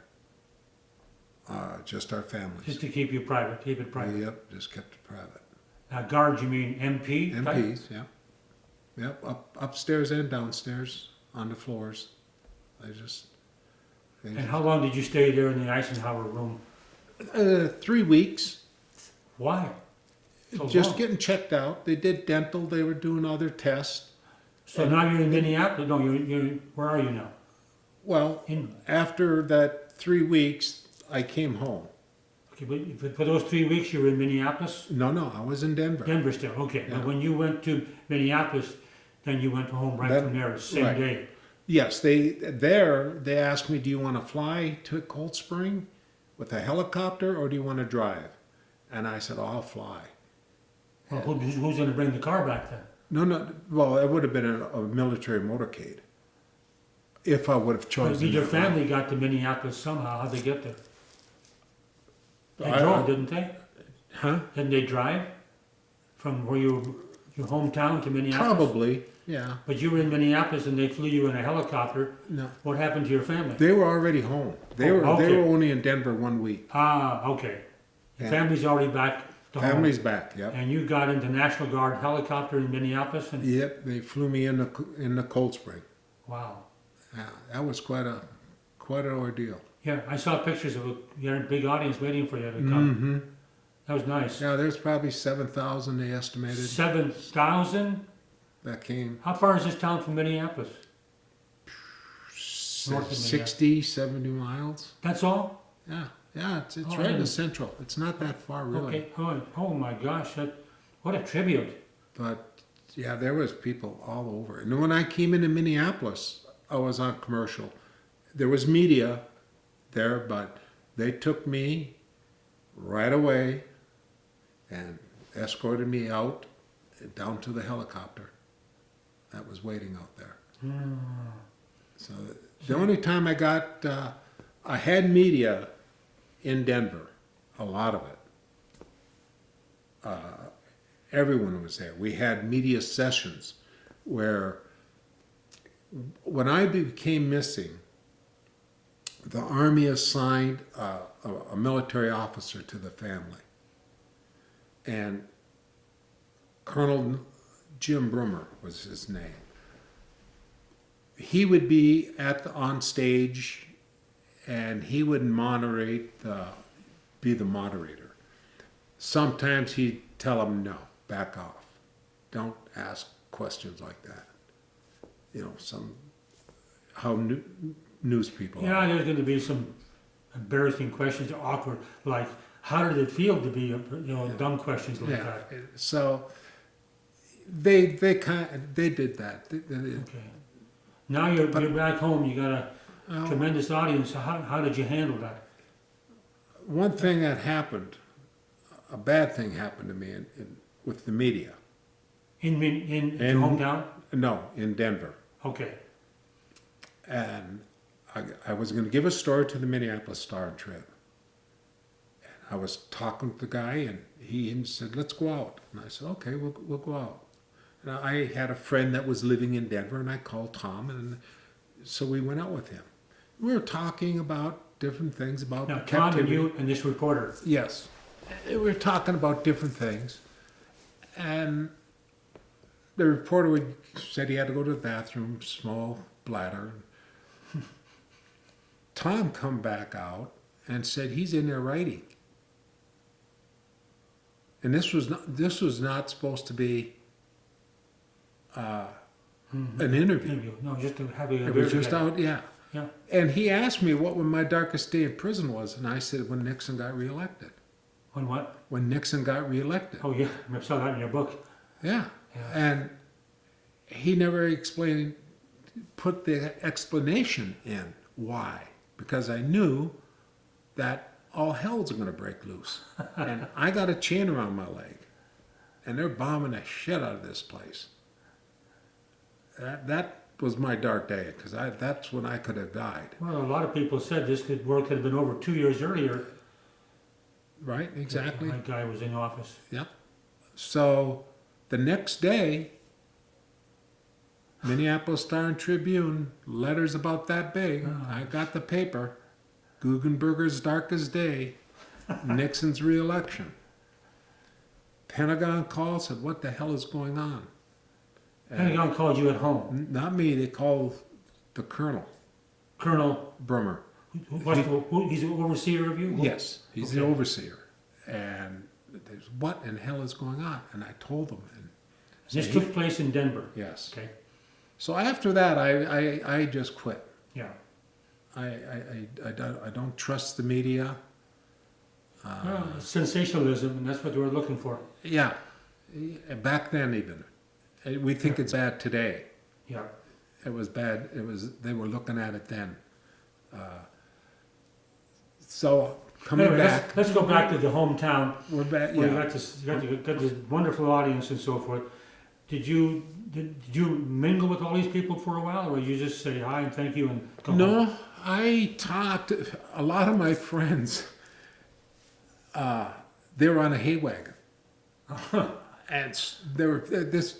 I came in up by the high school, Rocori High School, in big part on their parking lot area, and these guys were all on this hay wagon and they had kegs of beer. Hell, half of them were trashed already, and the chopper come in, and I saw these two friends of mine, the guy that I went in with, and another good friend, Jim, and they were off by themselves. And I spotted them. I couldn't believe it. My brother said, "Wait until you see Rich." I went over. We hugged, and all my relatives were all around me, and people were just saying hi and putting their hand out to shake. Yeah. That lasted a little talking, and then they took me over to the Assumption Nursing Home, and that's where Grandma was. And you never forget, and I got a photo of it. Grandma was 90-something, and she's standing in the window, watching me come in, and it's priceless. She was totally coherent then. Oh yeah. Okay, It was really special. Oh, sure. So, and then after that, we went down to the house that The home. I grew up in. Yeah. Okay. And my immediate family, a few first cousins were there. Then the hay wagon people showed up. The fun people. The fun people with the beer and the people. So, Now, I assume it's filled with big hay, bunch of hay and so forth. oh yeah, not a lot. It was Not a lot? It was just people on it. So is this a flat wagon? Yeah, just a flat wagon. Okay, Yeah, it was just a hay wagon but empty, except for a couple kegs. How'd they keep it from rolling off? So I was home for 30 days, and I had to go back to the hospital again. Hospital where? Minneapolis? Nope, Fitzsimmons. Where? Fitzsimmons in Denver. Okay. I had 2 malaria attacks when I was home. At the end, I was getting malaria so often. And I remember one day I was at home, and all of a sudden I started shaking, and Oh, yeah. and I was on the floor, curled up, shaking, and I got to the phone. I called one of my friends to come and get me, to take me to the hospital, and they didn't know what the heck to do with me. The hospital. Yeah, and I told them what it was, and I said, just draw blood, and you'll see it's malaria. And So how long were you there then, in that hospital? they kept me overnight. And I don't know why I didn't think of going to the VA, but I went to St. Cloud Hospital instead of the St. Cloud VA Hospital. I don't know why, what I was thinking. My second bout, I was in Minneapolis giving a talk. And I knew it was coming on. And I went to the St. Cloud Minneapolis VA then. You were giving a talk and you said, I got a problem, I gotta go? No, it was after. But Oh, I start getting the feeling, and I start getting those chills. By the time I got there, I was starting to shake. And I come in, I told them who I was, I told them what was wrong. They took me to a room. Doctor come in, and he says, "You care if we bring some other doctors in? They here's someone with malaria in Minnesota." And they put me in a hospital. They put me in for a couple days there. And I met a gentleman, an older gentleman there. I was next to him in the ward. And he was a World War II vet. And he asked what was wrong. And I told him malaria. And he said, "You're going to have that the rest of your life." And he's right. Because there's times that I get that feeling. I start shaking. Well, there's something out there now you can take for that, I heard. No one is. It's that same medicine that Trump got to get over the virus. Well, I mean, you can take quinine. No, this is even better than that. But What I will do is I'll send you an email or something and show you the name of that product. Because a friend of mine was in with the CIA. And he said he had to keep taking this medicine and it wasn't a problem. because that's what they did in camp when we'd get it. They'd just give us quinine, and it cleared up. But Well, I think we need to look at a bunch of pictures and look at your Vietnam military, Viet Cong uniform and so forth. We'll go do that. okay. What do you have in your hand there? This is what they call the Ho Chi Minh sandal. It's a truck tire, and they use the inner tube, and they just take punch holes in it. That's what they issued for walking. That's what they wear. It works great, but it's a truck tire. This is the shirt. This is what I wore at the release.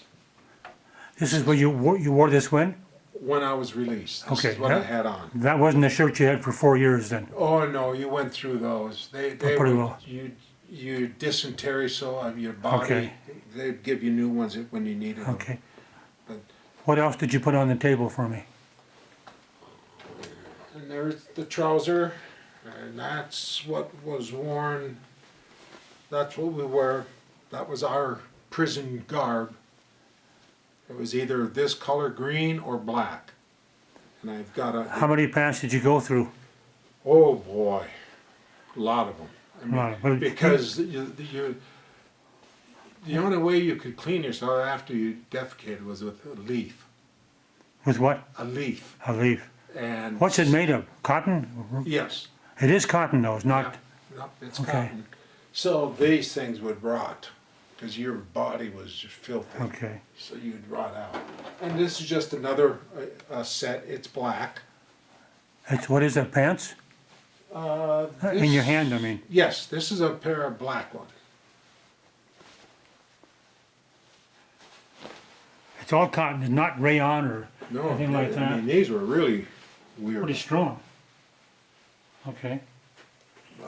Again, worn right at the end.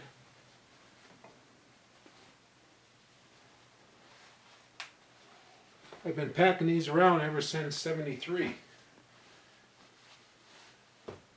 This is the shirt. That goes with the black pants? Yes, that would go. Now, how'd you come about these clothes? They look brand new. They gave them toward the end. They gave you A new issue right toward the end of the war. Just before you got released, they gave you new, brand new ones. Yes, yep. So you had to wear this then. Mm-hmm.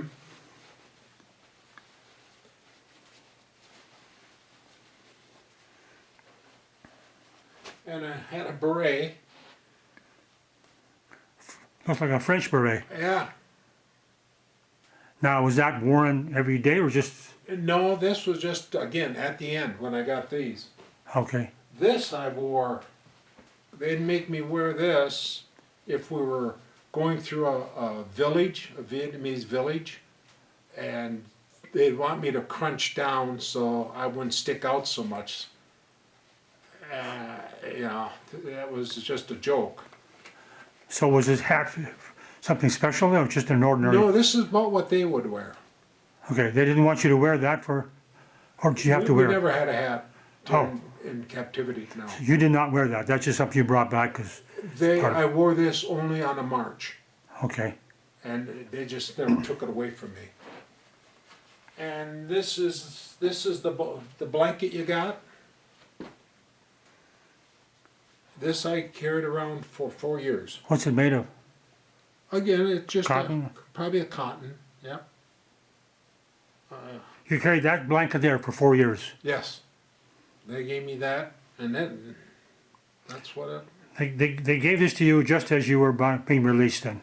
I know that. I mean, I had this right after I got captured, and this Okay, is same this is blanket. part of my issue of clothing and my hammock. I don't know what happened to it. I don't know why. I thought I had it. I got a hunch someone kept it. When they cleaned these, they took it all away from us and cleaned them because they stunk. Did you have to have it dry cleaned? Well, whatever the army did. Oh, the Army did, okay. Yeah. Gotcha. And that's because I swore I had my hammock. Well, here is the chain, part of a chain that one of the guys snuck out and he gave me a chunk of it. But this is about the size of chain that we were chained to. This is a bracelet I made. They would come and give medicine to us, and it came in a glass little container pointed at each end, and they'd snap it and take the medicine out, and they'd always throw it on the ground. Well, I picked it up, I keep it. This is just an old leather belt. Okay. An old leather belt, plastic, probably from wire, a little tubing. Then I had this one they kind of frowned on because of the cross. Because of the what? Oh, the cross? Yeah, Oh. they didn't like that. They just said that was nuts. So you didn't, don't you have to hide it or what'd you have to do with it? No, I did for a while. They caught it, and then I had to go talk to the commander, and it was something to do. Okay. You know, and so they let it go. Another guy made of rosaries. Okay, so you kept it, as long as you didn't wear it, they didn't care. Right. Okay. So this is bamboo, and this is from wire that I found laying around. You know, every now and then you'd see something, you'd sneak it. Sometimes on our moves, we would be in one of their living area quarters. Well, that's when you can find stuff like this. They'd leave it lay. What happened in May?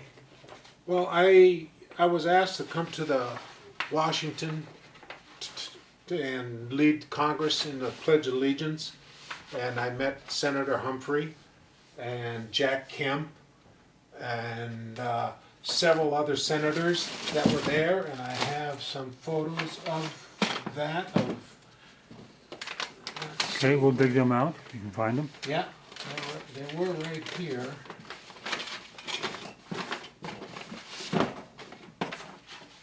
Right here. When I was invited to go to Washington and lead Congress in the Pledge of Allegiance, Bob Hope was there, and met him, talked with him for a while. This Jack Kemp is next to him, and I'm not sure who the other guy on the far left is. This is taken at Buckley Air National Guard Base in Aurora, Colorado. This is And- when and that you- I came back, and I met my family for the first time. That is that is my mom that I'm hugging, and the rest of the family is coming in off to the left. This is a photo of the guys that I was held with, primarily that together for a while. Uh, right here, there's some more guys that they were cut later on, but Fred, myself, Ray, John, Jim, Danny, Felix, Richard, and Bobby. Uh, these guys are officers. He was a major. He's a captain, warrant officer, and the rest of us are enlisted. That was used as a leaflet drop in Vietnam, and it was brought up by a friend of our family who was a war correspondent. I was spent, I think, a week right before I was captured with Rod, and after I was captured, he put this together, and somehow he got a connection where someone dropped it through the jungles or through the places in Vietnam. That was taken at the release point. We had been turned over to the Americans, and they gave us a newspaper to look at. Again, that's the first print I had seen in 4 years. That photo, supposedly, there was a French photographer out in on the battlefield with the Vietnamese. He took that photo of me. That the guy is behind there is the guy that shot me. So it was right after I was hit. They were marching me off to a camp because I'm in better shape. You can see around my right leg there's a bandage, and they have a bandage up on my shoulder. They were the. This is the day you're captured, or you're moving someplace? This is probably a couple days later. I was on the move. That photo is probably taken right after I was captured, possibly the next day. They were moving me on to another. I can see your clothes look kind of beat up at this point. Yeah, yep. That was when we arrived at Buckley National Air Guard Base in Aurora, Colorado, and we're met by the general, and that's the first time, when we came from the Philippines. Were you the only one on the plane? I mean, prisoner? So, no, there's more. They Okay. just drop people off where they're supposed to Okay. on the way. Gotcha. Okay, this is a picture of Cambodia and some of Vietnam, and there's an area that is known as the Parrot's Beak right here, but primarily we were kept a lot in Cambodia, but right down here is where I was captured. It's called Tay Ninh. It was right outside of Tay, some distance outside, so they marched me up in this area, but primarily for the 5 years, this is the area that we were, and that's the spot that we were locked in. That's the fire support base that we were released at. There's one picture of the guys that were released in the south. That is this one right here. Like it? Okay. And the other pictures are of the prisoners that were up in Hanoi. Gary, you talked about, as you were about to leave, don't know where, that some of the officers that were your guards gave you their home address. Did I get that right? Yes, I've got addresses of 3 of the guards that spoke English. Right at the end, they wrote on a piece of paper and gave them to me. Did you ever write them? No, I didn't. I haven't. What town was their address to? Is it Hanoi? One was Hanoi. Yeah. The other one's, it's all written in Vietnamese, so I would imagine they're all up north, all 3 of them. But Wow, the fact that they gave you their addresses, no hard feelings, I guess. No, it's like I said earlier, that they were guys doing their job, Yeah. you know, just like we were doing ours.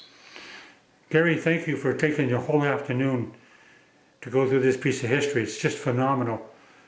I can't thank you enough for allowing me into your house to do this. Thank you. You're welcome.